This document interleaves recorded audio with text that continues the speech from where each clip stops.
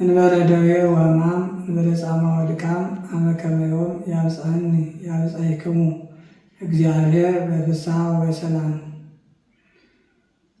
ያለ ሕማም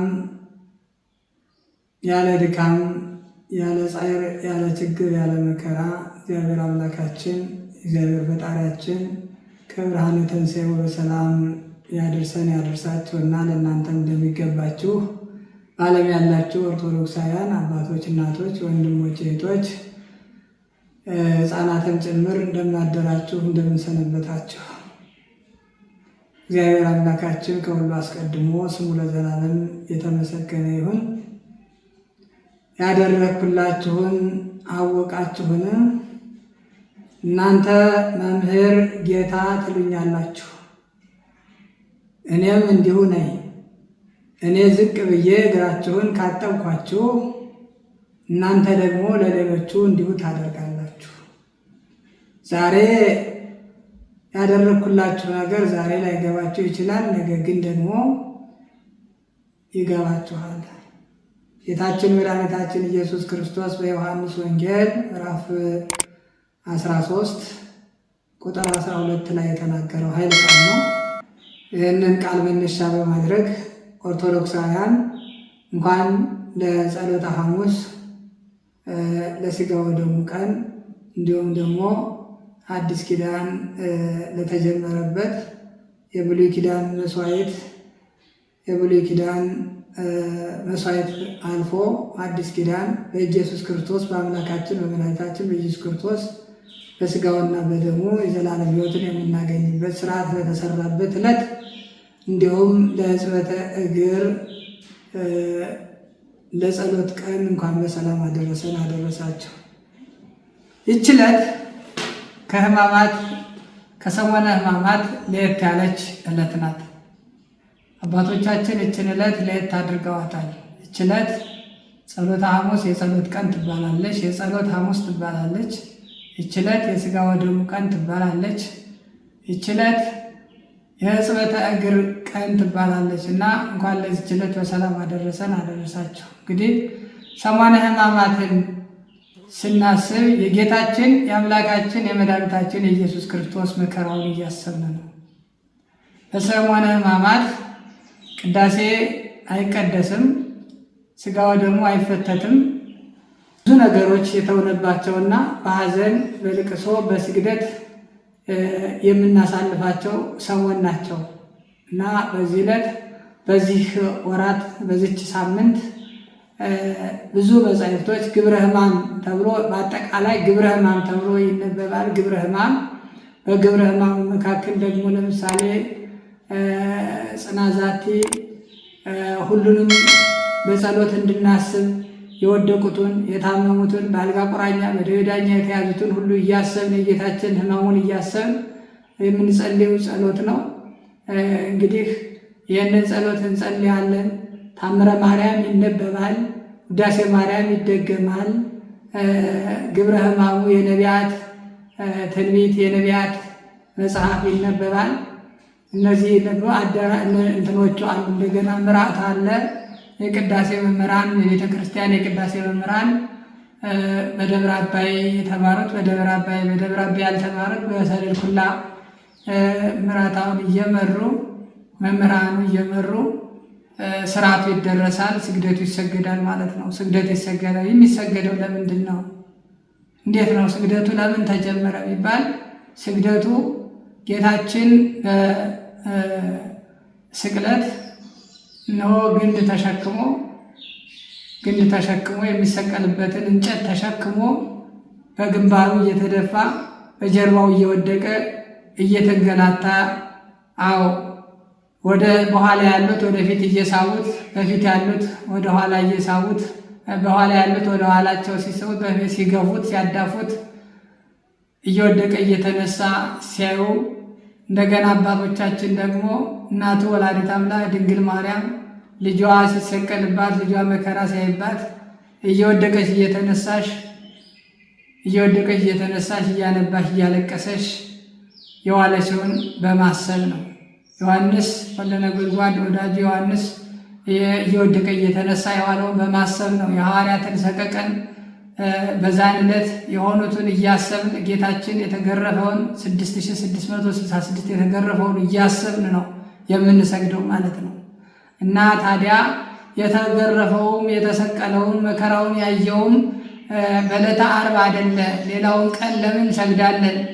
ሳምንቱን ሙሉ ለምን እንሰግዳለን ቢባል ደግሞ የመከሩበትን እያሰብን ሊያስይዘው ይሁዳ ሊያስይዘው ብር ሊቀበል ወደ አይሁድ የተመላለሰበትን እያሰብን የተመከረበትን እያሰብን ሰው ባይገረፍ ሰው ባይቆስል ባይቆረጥ ባይቆስል ባይታመም አሳብ ጭንቀት ህመም ነው። ጭንቀት ህመም ነው። ምን ይሆን? ምን ያደርጉት ይሆን? እሱም ደግሞ ምን ይሆን ይሆን? ምን ያደርጉ ይሆን የሚለው ህመም ነው። እና ይቺ ሰሞነ ሕማማት ትባላለች። ከሰኞ ጀምሮ ሐሙስ የቂጣ ባላቸው ነው። ሐሙስ የቂጣ ባላቸው ስለሆነ በዓላቱን እያለፉ ሰኞ መክረውበታል። አልፈው ደግሞ ሮብ መክረውበታል። ዓርብ ሰቅለውታል። በዓላቶችን ማክሰኞንና ሐሙስን ትተው በዓላቶቻቸውን አድርገው ምክሩን ግን በእነዚህ ቀናቶች መክረውበታል። በኢየሱስ ክርስቶስ ማለት ነው መክረውበታል። እንግደለው፣ እንስቀለው፣ እናሰቃየው፣ ሰቅለን እናስወግደው ብለው የመከሩበትን ሰሞን እያሰብን ነው የምንሰግደው ማለት ነው። እና በዚህ ጊዜ መስገድ፣ በዚህ ጊዜ መጾም አብዝተን መጾም ከሌሎቹ አጽዋማት የተለየ ጾም ከስግደት ጋር የምንጾመው ጾም ነው። እቺ ጸሎተ ሐሙስ ግን ቅዳሴ ይቀደሳል፣ ሥጋ ወደሙን እንቀበላለን። ብዙ ስርዓት ይሰራባታል። ጌታችን መድኃኒታችን ኢየሱስ ክርስቶስ እራት የምንበላበት ቦታ አዘጋጁልኝ ብሎ ተናገረ ይላል። ያንን ቦታም አዘጋጁለት በስምዖን ቤት ወይም ደግሞ አዘጋጁለት ይላልና በዛ አዘጋጅተውለት እራት ከበሉ በኋላ ተነሳና ወገቡን ታጠቀ። በመታጠቂያ በጨርቅ መታጠቂያ ጨርቅ ታጠቀ። ወገቡን ታጠቀና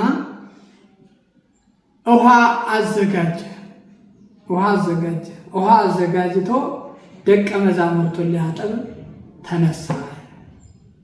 ከደቀ መዛሙርቱ የሐዋርያት አለቃ የሆነውን ቅዱስ ጴጥሮስን ሊያጥበው ሲዘጋጅ ቅዱስ ጴጥሮስ ጌታ ባሪያ ጌታውን ያጥባል እንጂ ጌታ ባሪያውን እንዴት ያጥባል? አይሆንም አለው። አይሆንም ሲለው ጌታ ደግሞ እነሆ ዛሬ ላጥብ ይገባኛል አለው። ላጥብ ይገባኛል ሲለው ቅዱስ ጴጥሮስ ፈጽሞ አንተ አታጥበኝም አለ። እኔ አሁን ካላጠብኩህስ ከእኔ ጋር ኅብረት የለህም አለ። ቅዱስ ጴጥሮስ ታዲያ ይህን ባለው ጊዜ ምን አለ? ጌታ ሆይ እግሬን ብቻ ሳይሆን ራሴንም እጄንም ሰውነቴን ሁሉ ጠበኛል። እምነጻ ከሆነ አንተ ጋር ኅብረት ካለኝ ባለመታጠቤ ኅብረትን እማጣ ከሆነ በመታጠቤ ኅብረትን እማገኝ ከሆነ ሰውነቴን ሁሉ ጠበኝ ሲለው የታጠበ ከእግሩ በቀር ሌላ መታጠብ አያስፈልገውም ማለት። የታጠበ ማለት አሁን ለምሳሌ እኔና እናንተ በ40 በ80 ቀን ከአብራከ መንፈስ ቅዱስ ከማኅፀነ ዮርዳኖስ ታጥበናል፣ ተወልደናል፣ ተጠምቀናል ማለት ነው። ከዚህ በኋላ ዕለት ዕለት የምንታጠበው ግን እግራችን ነው። ጭቃ የሚነካው እግራችን ነው። ስለዚህ የታጠበ ማለት ቅዱስ ጴጥሮስ ሐዋርያት አንድ ጊዜ ወደ እሱ ቀርበዋል፣ በንስሐ ታጥበዋል፣ ነጽተዋል፣ ከዓለም ውጭ ሁነዋል፣ ከዓለም ጸድተው ከዓለም ብልጭልጭ ነገር ከዓለም ውጣ ውረድ ከዓለም ሐሳብ ተለይተው ከዋለበት እየዋሉ ካደረበት እያደሩ ከዓለም ተለይተው ከእሱ ጋር ሆነዋል። ከዚህ በኋላ ሕጽበቱን ያደረገው ለፍቅር ነው። ራስን ዝቅ ለማድረግና ለመከባበር እነሱም ሰውን መምህራንን ብለው መኩራት መተበስ ስለሌለባቸው ነገ ዝቅ ብለው ደቀ መዛሙርታቸውን ማጠብ ስላለባቸው ራሳቸውን ዝቅ በማድረግ ሲያሳያቸው ሲያስተምራቸው ሲያሳየን ሲያስተምረን እነሱም ለእኛ እንዲያስተምሩ ማለት ነው። እና የታጠበ ከእግሩ በቀር ሌላ አስፈልገውም አለ ጌታ። ቅዱስ ጴጥሮስም እሺ ብሎ ታጠበ። 12ቱንም አጠባቸው። የካደውንና በ30 ብር አሳልፎ የሚሰጠውን ይሁዳንም ጨምሮ አጠበው። የታጠቡ በጌታችን በኢየሱስ ክርስቶስ የታጠቡ የይሁዳ እግሮች መልሰው ወደ ኃጢአት መልሰው ወደ ተንኮል ተጓዙ። በጌታችን በኢየሱስ ክርስቶስ እጅ የታጠቡ እጆች መልሰው በኃጢአት ተዘፈቁ፣ የደም ዋጋ ተቀበሉ። ይሁዳ ተበደለ፣ ሐዋርያት ግን ታጠቡ። በዚህን ቀን ሥጋ ወደሙን አስተምሮበት ስለ ሥጋ ወደሙ አስተምሮበታል። በዚህን ቀን ስለ አክብሮትና ስለ መተጣጠብ ስለ መከባበር አስተምሮበታል። እናንተ መምህር ትሉኛላችሁ፣ እኔ አዎ መምህር ነኝ። ጌታ ትሉኛላችሁ፣ አዎ ጌታ ነኝ። ግን ላጥባችሁ ይገባል። እኔ እንዲህ ብዬ ካሳየኋችሁ እናንተ ደግሞ ኋላ ታደርጉታላችሁ ብሎ አስተምሯል። ታዲያ አሁን በመጽሐፍ ቅዱስ እናምናለን፣ መጽሐፍ ቅዱስን እንከተላለን። ኢየሱስ ክርስቶስን ሙሉ በሙሉ ገብቶናል፣ ተቀብለነዋል። ትምህርቱን ወንጌሉን ተቀብለነዋል። እኛ የጌታ ሰዎች ነን፣ እኛ የኢየሱስ ሰዎች ነን የሚሉ ሰዎች ለምንድን ነው ጌታ ያደረገውን የማያደርጉት? ለምንድን ነው ዝቅ ብለው ይህን ስርዓት የማይሰሩት የማይተጣጠቡት? ኃላፊያቸው ወይም ፓስተራቸው የማያጠው ለምንድን ነው? እውነት መጽሐፍ ቅዱስን የሚቀበሉ ከሆነ ለምንድን ነው? ጾሙንስ 40 ሌሊት 40 መዓልት ከዘረጋ ከቆመ ሳይቀመጥ ከዘረጋ ሳያት የጾመውን ጾምስ የማይጾሙት ለምንድን ነው? ጾሙን የጾመው ኢየሱስ ክርስቶስ ነው ያሳየን። እግረ አጸባውን ያሳየን ኢየሱስ ክርስቶስ ነው።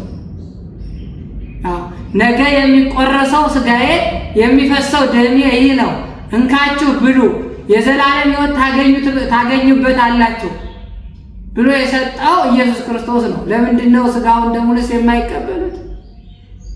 ለምንድን ነውስ እግረ አጸባውን ስርዓቱን የማይሰሩት? ለምንድን ነው የማይቆርቡት? ይገርማል።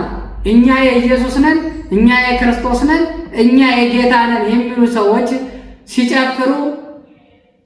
ሲጨፍሩ ዓለምን ሲዘንጡባት በዓለም ሲደሰቱባት እናያለን እንጂ ከጌታችን ከኢየሱስ ክርስቶስ መከራ ሲካፈሉ ሲሰግዱ አላየን። ይሄ ስግደቱ ክርስቶስን ማሰብ መከራውን ማሰብ ስለሆነ ማለት ነው። እና በዚች በጸሎተ ሐሙስ ብዙ ስርዓት ተፈጽሞባታልና በዚች ቀን ሥጋውን ደሙን መቀበል ይገባል። በዚች ቀን ማስቀደስ ይገባል። በዚች ቀን እግር አጸባ አለ። ቀርባችሁ ወደ መምህራኖቻችሁ ወደ ንስሐ አባታችሁ ወደ ቤተ ክርስቲያን ቀርባችሁ እንድትታጠቡ መልእክት አስተላልፋለሁ። በዚች ቀን ቀርባችሁ ሥጋውን ደሙን እንድትቀበሉ መልእክት አስተላልፋለሁ። ከዛ በተረፈ ደግሞ እነሆ የጌታችን የአምላካችን የመድኃኒታችን ኢየሱስ ክርስቶስን ከሌሊቱ 11 ሰዓት ጀምሮ እስከ ምሽቱ 11 ሰዓት ይጾማል ስል ይሰገዳል። ይህ የሚሰገደው ምንድን ነው? ጌታችን መድኃኒታችን ኢየሱስ ክርስቶስን በሌሊት ይዘው በጎመድ እየደበደቡ እያዳፉ እያጋፉ በጥፊ እየመቱ ምራቅ እየተፉበት ግንድ አሸክመውት ሲያንገላቱት ከሊቶስጥራ ወደ ቀራንዮ ከቀራንዮ ወደ ሊቶስጥራ ወደ ጎለጎታ ወደ ጲላጦስ ወደ ሄሮድስ እያመላለሱ ያሰቃዩትን ስቃዩን መከራውን 13ቱን ሕማማተ መስቀል በማሰብ እንሰግዳለን ማለት ነው። እንሰግዳለን። ኦርቶዶክሳውያን ይሄንን ስግደት እንሰግዳለን እና እኛ ኦርቶዶክሳውያን ጌታችን መድኃኒታችን ያስተማረውን ትምህርት ሁሉ ተቀብለን እንማራለን፣ እናስተምራለን፣ ስርዓቱንም እንፈጽማለን። ቤተ ክርስቲያን ስርዓቱን ትፈጽማለች። ስለዚህ በዚህ ጊዜ የማናከናውናቸው ወይም የማንሰራቸው በዚህ በሰሙነ ሕማማት የማንፈጽማቸው የማንሰራቸው ምንድን ናቸው የሚለውን እንመልከት። የማንሰራቸው የማንፈጽማቸው ከሰኞ መስቀል አንሳለንም። መስቀል አንሳለንም። ምክንያቱም ስቅለቱን እያሰብን መከራውን እያሰብን። እንደገና ደግሞ ሰላምታ አንባባልም። ሰላምታ የማንባባለው ደግሞ ይሁዳ በሰላምታ ጌታችን ሲያስይዘው ለአይሁድ አሳልፎ ሲሰጠው በመሳም በሰላምታ ነው። አንሳሳምም። የማንሳሳመው ይሁዳ ስሞ ስላስያዘው ነው። እንደገና ደግሞ ሐዘንተኞች ስለሆነ ነው። ሐዘንተኞች ስለሆነ ነው። የደስታ ምልክቶች ናቸው እነዛ ሁሉ ማለት ነው። አንሳሳምም፣ ሰላምታ አንሰጣጥም። ሌላው ደግሞ ከሰኞ እስከ ሮብ ባለው እስከ ሮብ ድረስ ቅዳሴ የለም፣ ስጋ ወደሙ አንቀበልም። ስጋ ወደሙ አንቀበልም። ሐሙስ ግን ይቀደሳል ማለት ነው። ስጋ ወደሙ እንቀበላለን። እንደገና ደግሞ መልክዓ መልክ በማህበር በግል ችግር የለም። በማህበር ግን መልክዓ ማርያም፣ መልክዓ ኢየሱስ፣ ሌሎችንም የቅዱሳንን መልክዓ መልክ አንጸልይም። የምንጸልየው አጥብቀን የምንጸልየው ዳዊት ነው። ሕጽበኒ ወአንጽሐኒ እምኃጢአቴ እንዳለ ኃጢአቴን አጥበህ አንጻይ ብሏልና ቅዱስ ዳዊት በመዝሙር 50 ላይ ቁጥር 1 ጀምራችሁ ስትመለከቱ ኃጢአቴን አጥበህ አንጻይ ብሎ እንዳለ ሁሉ ኃጢአታችን የሚታጠብበት ዕለት ነው፣ የሚታጠብበት ሰሞን ነው እና የጸሎተ ሐሙስ የምንታጠበው ለዛ ነው። ስለዚህ ወገኖቼ በዚች በሰሙነ ሕማማት የግል ስራ የግላችን እንትን የምናከናውንበት አይደለም። የጌታችን ሕማም የምናስብበት የጌታችን መከራውን፣ ስቃዩን፣ ግርፋቱን፣ ስቅላቱን፣ ሞቱን የምናስብበት ሰሞን ስለሆነ በዚህ ሰሞን በጥንካሬ ሁሉም ሰው ከቤቱ እየወጣ ሁሉም ሰው ከቤተ ክርስቲያን እየተገኘ ሊሰግድ ይገባል። ያልተመቸው ቤተ ክርስቲያን መሄድ ያቃተው ያልደረሰ በመንገድ የሰነበተ ቤተ ክርስቲያን በአቅራቡ የሌለ ሰው እንኳን ቢኖር ባለበት ቦታ መስገድ ይገባዋል። ሕማሙን እያሰበ መከራውን እያሰበ ስቃዩን እያሰበ ለምሳሌ ቤተ ክርስቲያን በሌለበት በአሕዛብ ሀገር ያሉ ክርስቲያኖች አሉ። በአሕዛብ ሀገር ያላችሁ ክርስቲያኖች አላችሁ። ምስለ ስዕል ካላችሁ ምስለ ስዕሏን አስቀምጣችሁ የጌታችን ስቅለቱ ምስለ ስዕል ካላችሁ ያን አስቀምጣችሁ መስገድ ይገባል። ምስለ ስዕልን ባይኖራችሁ ልባችሁን ከስቅለቱ ላይ አድርጋችሁ ሃይማኖታችሁን ከስቅለቱ ላይ አድርጋችሁ ባላችሁበት መስገድ ይገባል ማለት ነው። ሀገር ውጭ ለምሳሌ በአሕዛብ ሀገር ሃይማኖት በሌለበት ኦርቶዶክስ ተዋህዶ ሃይማኖት የሌለችበት ጥምቀት የሌለበት ሀገር አለ። ቤተ ክርስቲያን የሌለችበት ሀገር አለ። ግን በዛ ሀገር ደግሞ ብዙ ክርስቲያኖች አላችሁ። እናንተ በዛ ሀገር ባለ ያላችሁ ክርስቲያኖች ልባችሁን፣ ሃይማኖታችሁን፣ ሐሳባችሁን ከጌታችን ከስቅለቱ ላይ አድርጋችሁ ከመከራው ላይ አድርጋችሁ ልሰግዱ ይገባል፣ ልጾሙም ይገባል። ባላችሁበት ማለት ባላችሁበት አምልኳችሁን ፈጽሙ። ባላችሁበት የጌታችን ስቅለት አስቡ። ባላችሁበት ሕማሙን አስቡ። ባላችሁበት ሆናችሁ ስርዓቱን እንዲሁ በዚሁ በቴክኖሎጂ እግዚአብሔር ባመጣው በዘመኑ እግዚአብሔር በዘመኑ በፈጠረው በዚህ በቴክኖሎጂ እየተከታተላችሁ ስቅለቱን እያሰባችሁ እያነባችሁ እያለቀሳችሁ ከሰገዳችሁ እግዚአብሔር የማይቀበልበት ነገር የለም። ኃጢአታችሁን ይቅር የማይልበት ነገር የለም። ኃጢአታችሁን ይቅር ይላል፣ ይቀበለዋል። ሐሳባችሁን ይቀበለው፣ ምኞታችሁን ይቀበለዋል። በዛው ናችሁ እየሰገዳችሁ ሕማሙን እንድታስቡ ነው። ከዛ በተረፈ ደግሞ በዚህ በሰሞነ ሕማማት ምግብ የጣመ የላመ አይበላም። የጣመ የላመ ባይበላም ያንን የጣመ የላመ ምግብ ልናደርገው የነበረውን ደግሞ በመሰብሰብና በማሰባሰብ ለነዳያን ምንም አይነት ለሌላቸው በዓሉ ሲደርስ ለሚፈቱበት አሁን ለብሰው ልብስ ለብሰው ለሚቆርቡበት ነገር ደግሞ ማዘጋጀታቸው ደግሞ እንደዚሁ ለነዳያን መርዳት ተገቢ ነው ማለት ነው። እና እንኳን ለዚህች ዕለት በሰላም አደረሰን አደረሳችሁ። ጸሎተ ሐሙስ የጸሎት ቀን፣ የሕጽበት ቀን፣ የሥጋው ደሙ ቀን ናትና ይህችን ዕለት የሰላም የፍቅር የአንድነት የበረከት ያደርግልን። ሰሞነ ሕማማትን ደግሞ በሰላም ፈጽመን ከብርሃነ ትንሣኤው ደርሰን የምስራችን አይተን እንደዚሁ የምንደሰት ያድርገን እግዚአብሔር አምላካችን። ይህም ሲሆን ከቂም ከበቀል ከዘረኝነት ከጎጠኝነት ከክፋት ከተንኮል ከሌሎችም ገቢረ ኃጢአት ርቀን መሆን መቻል አለበት። እንግዲህ በዚህ በሰሞነ ሕማማት ሰው ከንስሐ አባቱ ጋር የሚገናኘው ለምንድን ነው? ምጽዋት ለመመጽወት ምን ልስራ ለማለት የሰላም ስራ ነገ ደግሞ የሰላም ስራ ስለሚመጣ ያን የሰላም ስራ ለመስራት ነው ከንስሐ አባት ጋር የሚገናኘው እና እግዚአብሔር ከሁላችን ጋር ይሁን። በዓሉን የሰላም የፍቅር ያድርግልን እግዚአብሔር አምላካችን እላለሁ። ወስብሐት ለእግዚአብሔር ወለወላዲቱ ድንግል ወለመስቀሉ ክቡር። ወደ ስግደታችን